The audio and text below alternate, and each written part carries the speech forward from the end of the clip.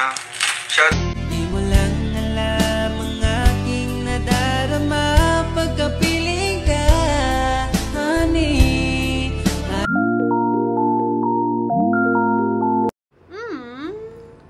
Oh! Hi mo life! Another video, another share guys, another POV. So ngayon guys, magbibigay tayo ng point of view sa isang live ni Dong Rowell. Last day pa actually, kung saan ay nag-sorry si Langga Rachel. How cute! Gaano kayo ka-cute kapag magsusorry kayo, admitting that is your fault. Tayong mga babae talaga may instances talaga na kahit na meron tayong kalukuhan or kasalanan natin, pero parang iwan ko ba, just yung tayong mga babaeng nagpapagaan sa atin kapag sila yung mga lalaki yung nagsusorry. Bakit ganon? Pero dito sa part na to, natuwa lang ako kasi si Rachel sorry. And guys, huwag na kayong mag-alala, huwag na kayong mag-think na kung ano-ano mga kanigahan dyan or nag-overthink kayo ng mga kung ano-ano dyan. Huwag na kayong mag-worry. Nag-sorry na si Rachel. Hoy, hindi ganon. Pero anyways guys, napaisip lang ako na kung ganito naman ka-cute at kaganda yung mag-sorry, aba si Dodong Rowell talagang mapapa-okay na lang talaga, no? Yung tipong, yung sorry niya parang equivalent sa I love you. Ay, nako. Nakinikilig ako sa sarili kong iniisip, guys. Because,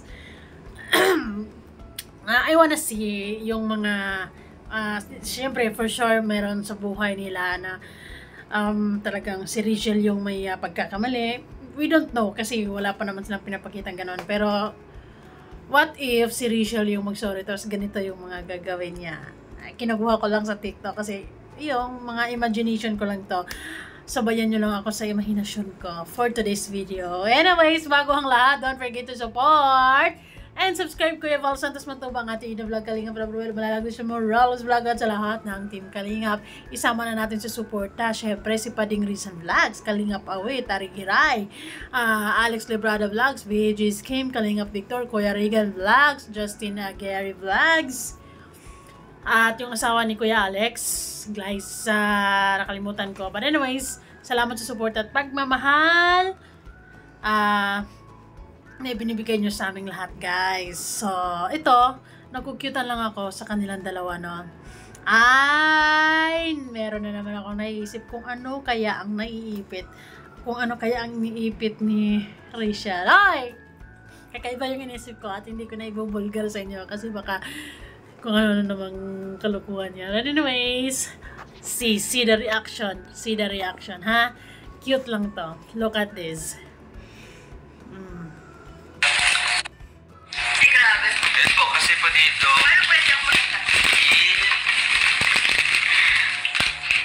Tambol lang. Actually, sa live na to ay ang sweet lang nila kasi nagsusubuan ng mga person, doon mo makikita how TLC works on them. Works sa relationship nila, yung trust, love, and care. Talagang mararamdaman natin yun sa kanila, di ba?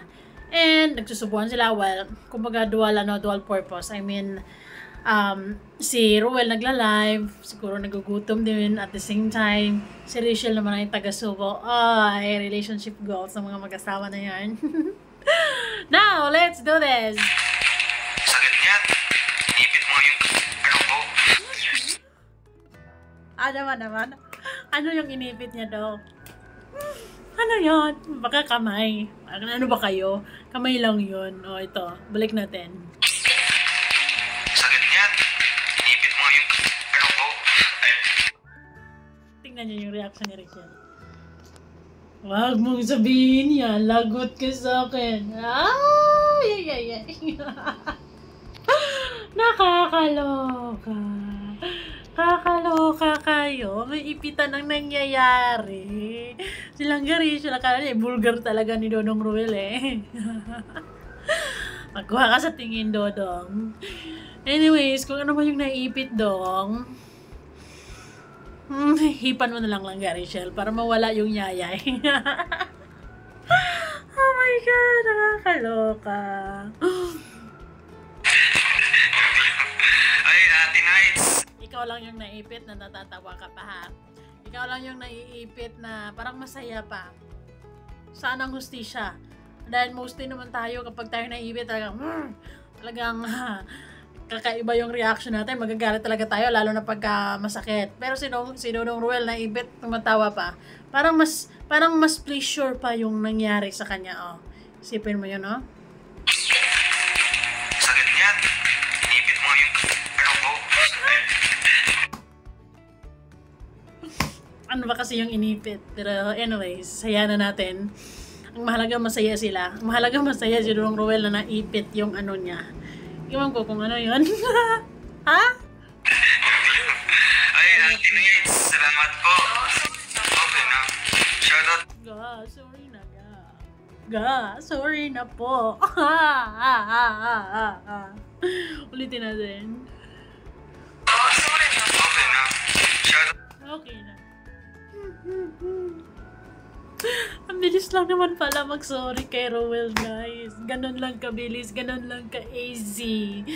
Basic na basic.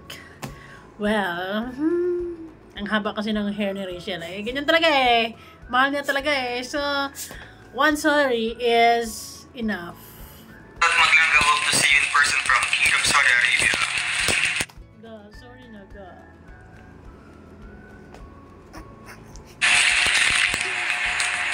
Sorry na ga, subuhan na lang kita ng inipit ga. Mama Glo! Shoutout Mama Glo!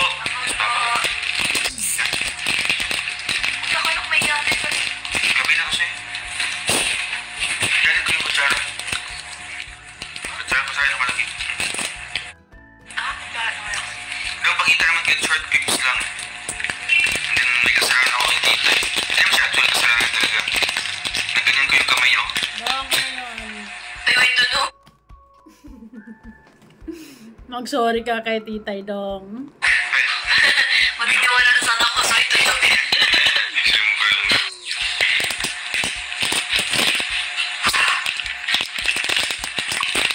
Actually, yung relationship nilang dalawa talaga, although yung mga fans somehow, may mga instances, may mga pagkakataon talaga na tayo mapagduda talaga tayong mga nilalang ano, kunting nakita nating parang tagilid, parang kinakabahan na tayo agad kasi, ala, ganito, ganyan.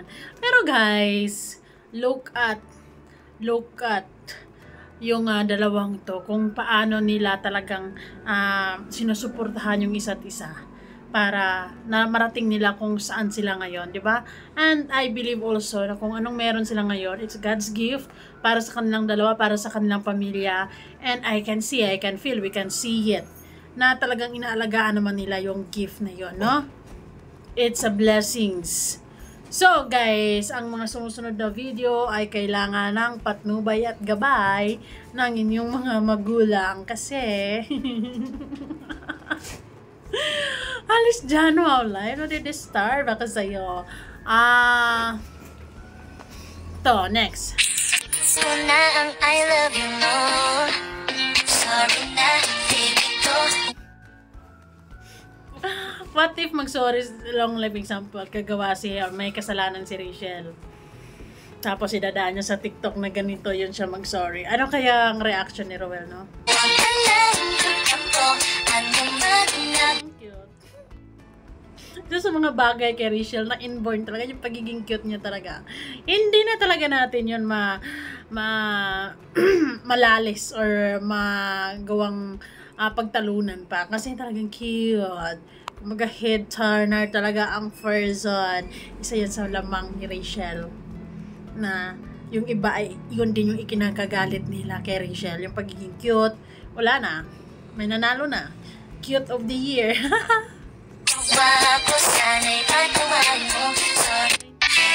Ulitin natin kasi bitin ako. Gusto ko yung sorry na.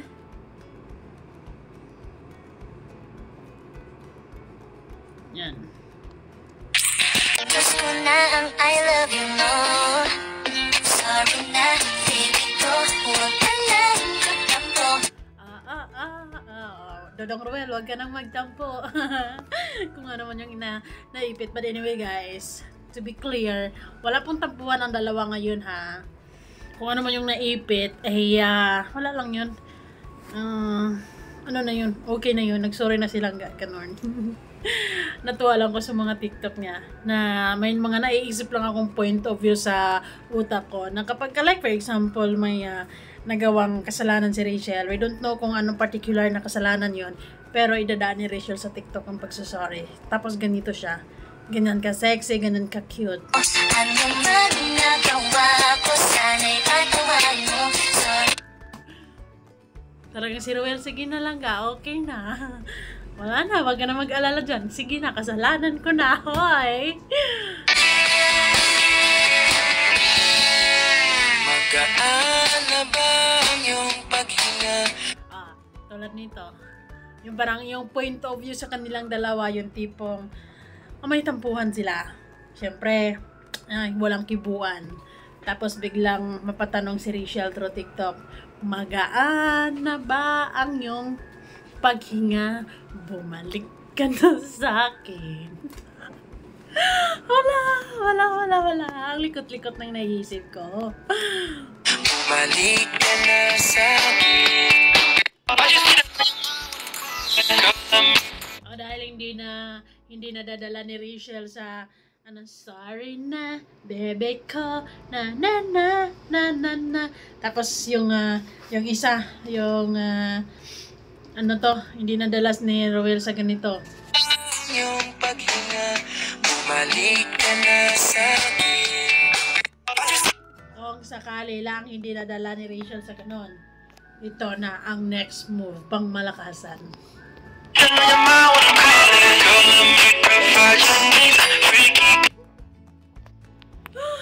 Gano ka-cute.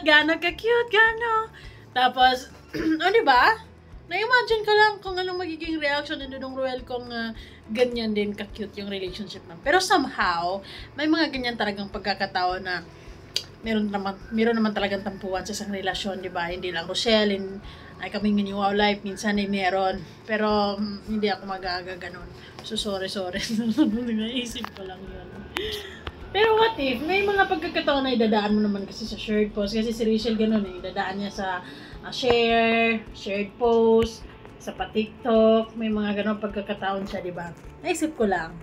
Ito yung huling barahan ni Rachel kung hindi pa madala si Ruel sa sorry na, baby ko, wag ka nang magtampo. Tapos, magaan na ba ang iyong paghinga? Bumalik ka na sa akin. Hindi pa talaga madala ng ganun. Siyempre, mag-effort pa silang Rachel kasi kailangan gusto nila magbate. Ito na yung huling baraha. Tingnan natin kung hindi ka maka. Okay na lang. I love you lang ga.